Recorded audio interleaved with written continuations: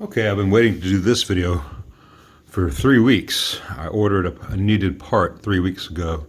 It shipped priority mail, 3-day delivery. It just arrived today. That's not a reflection on the vendor. It's a reflection on the Postal Service right now. I try to keep politics off this, but they have been severely handicapped and affected by COVID, and it takes a long time to get things that normally appear in a day or two. Anyway, to recap the problems with the stock bridge, the bridge itself rocks on its posts, and the posts themselves rock in the body inserts, which is just all kinds of problems with the Vibrola, because when you use the bar, no, I'm not going to do it now without the strings, it doesn't have a return to 0 point. A well set up Strat wants to return to 0. That's the principle behind any good bridge, and it just does not return to 0. So let me show you my solution. That's actually a reflection of that curve. I thought it was a hair. I'm looking to the lens. So I'm going to take these out, and I will not miss them. I will say that if you don't have the Vibrola, you can just wrap some Teflon tape on the base of these and take most of this wiggle out. Then you could get a different bridge, and I'll look at that later. But I'm going to take these out and show you what finally arrived in the mail.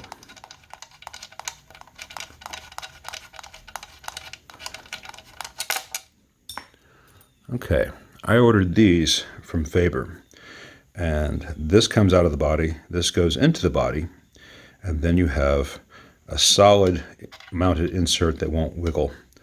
And I'm gonna remove these and install these, and I'll probably speed up the camera so this doesn't take forever, but it's a very simple process. Sorry about hitting the camera there.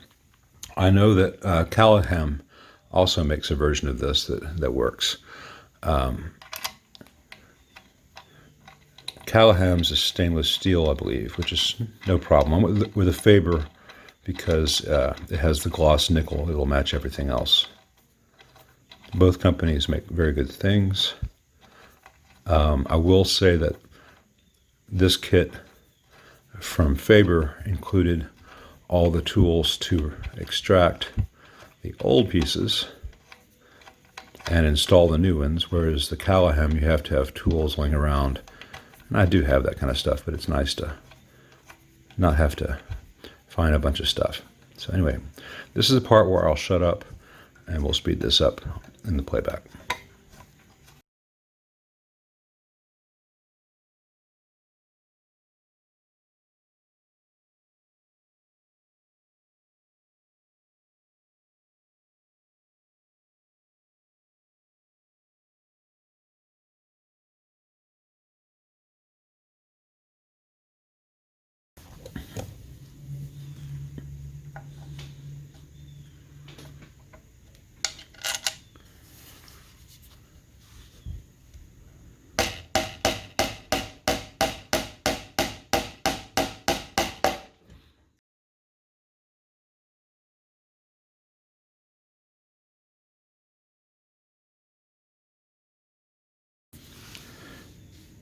Okay, the scary part is done.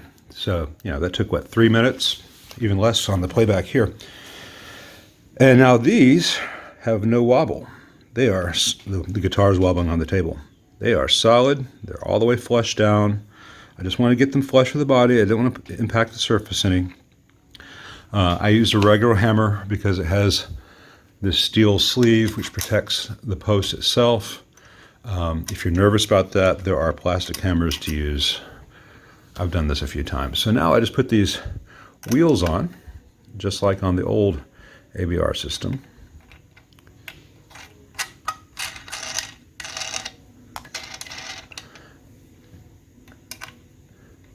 And this setup from Faber for the gloss nickel was about $35. I think they're about $3 more for an aged nickel, if that's your preference for an older one, or if you want to have that look. So this is pretty straightforward. And at this point, I could put the Gibson bridge on, but the Gibson bridge rocks on those posts. So that's not a big help. So I ordered this TonePros, which will lock in place and not move at all, and that should be rock solid. And as you can see, I got the one with the nylon saddles. So I've already slotted and intonated them. A little bit of pencil lead in there just to help them out even more. I've been living with this for about a week, and I really like it.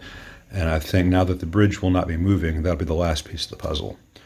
So let me pause this and get the adjustment height back to where it was. I measured it before, restring, and we'll see where we're at.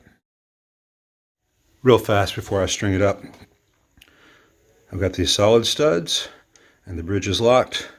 No movement at all.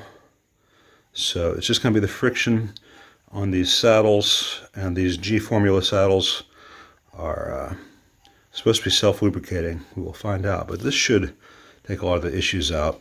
And again, if you don't have the tremolo, you can go with the Callahan bridge or the Faber bridge or just a Gibson bridge. I went with the TonePros here because neither Callahan nor Faber make one with the nylon saddles, which will help with this. There's also the roller bridge options.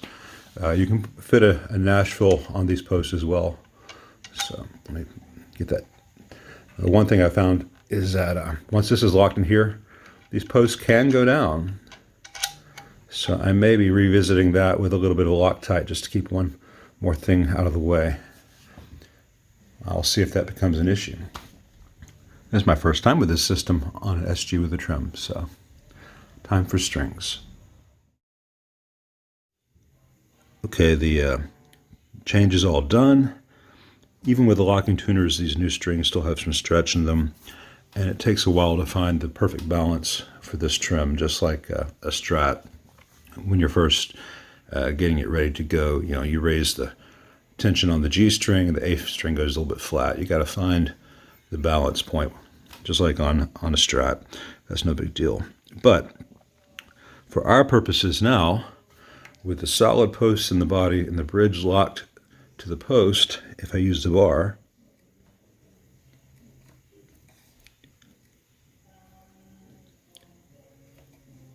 that bridge is stable. And you can see the string sliding over the saddles and coming back. And if I burnish those grooves in those nylon saddles, you should have a really good return to 0 point, where it wants to be, where it won't lock up. I'm not hearing any of the pinging from these saddles that I used to get from these Gibson metal saddles, which is why I went with the nylon on this. And if this doesn't do the trick, I can go to a roller bridge. But I think this is going to really help the guitar sound and performance best. So hopefully I'll be doing a little playing video with this in a little bit to show that it did work, or where there may still be some areas of improvement. But I've got to stretch out these strings before I can do that.